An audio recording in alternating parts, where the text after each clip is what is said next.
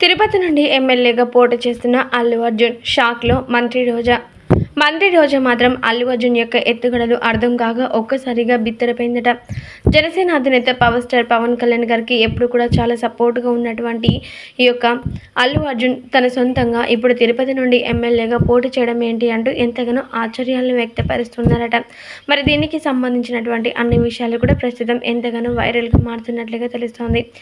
Power star Pawan Kalyan గారికి అల్లు అర్జున్ ఎల్లవేళలా సంతోషంగా తోడుగా ఉంటారని చెప్పిన విషయం మనందరికీ తెలిసిందే కదా. అది మాత్రమే కాకుండా ప్రచార రంగంలో కూడా మీకంటూ మేము ఖచ్చితంగా వెన్నంటే ఉండి మిమ్మల్ని ముందుకు విజయవంతంగా నడిపించడంలో మేము సహాయంగా ఉంటామంటూ అల్లు అర్జున్ చెప్పుకొచ్చారు. కానీ అలాంటి అల్లు అర్జున్ గారు ఇప్పుడు మాత్రం ఏకంగా తిరుపతి నుంచి ఎమ్మెల్యేగా పోటీ చేసేసరికి అందరూ ఆశ్చర్యాలు వ్యక్తపరిచారట.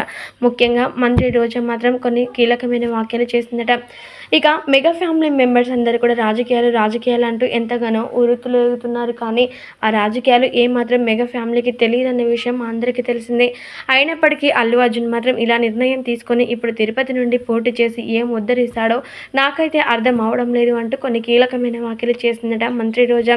అయితే మరి మంత్రి రోజా చేసినటువంటి ఈ వ్యాఖ్యలకు స్పందించినటువంటి ఐకాన్ స్టార్ అల్లు అర్జున్ ఒక్కసారిగా ఆగ్రహానికి గురయ్యారట. ఆయన మాట్లాడుతూ, అధికారంలో ఉన్న మీరే ఇప్పటివరకు ప్రజలకి ఎలాంటి సేవలు చేయలేకపోయారు.